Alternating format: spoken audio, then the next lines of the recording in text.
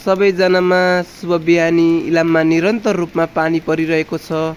यो पानी केवल आकाशबाट झरेको होइन, कतै न कतै कसैको सपना बगाइरहेको छ।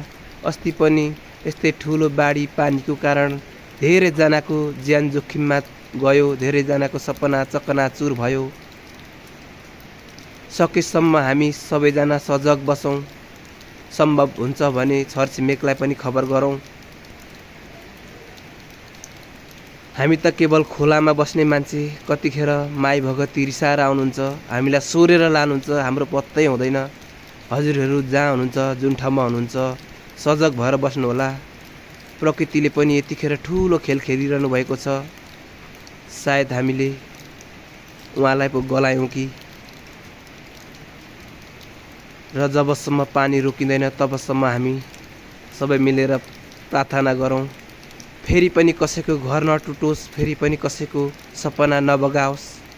हस् त, धन्यवाद।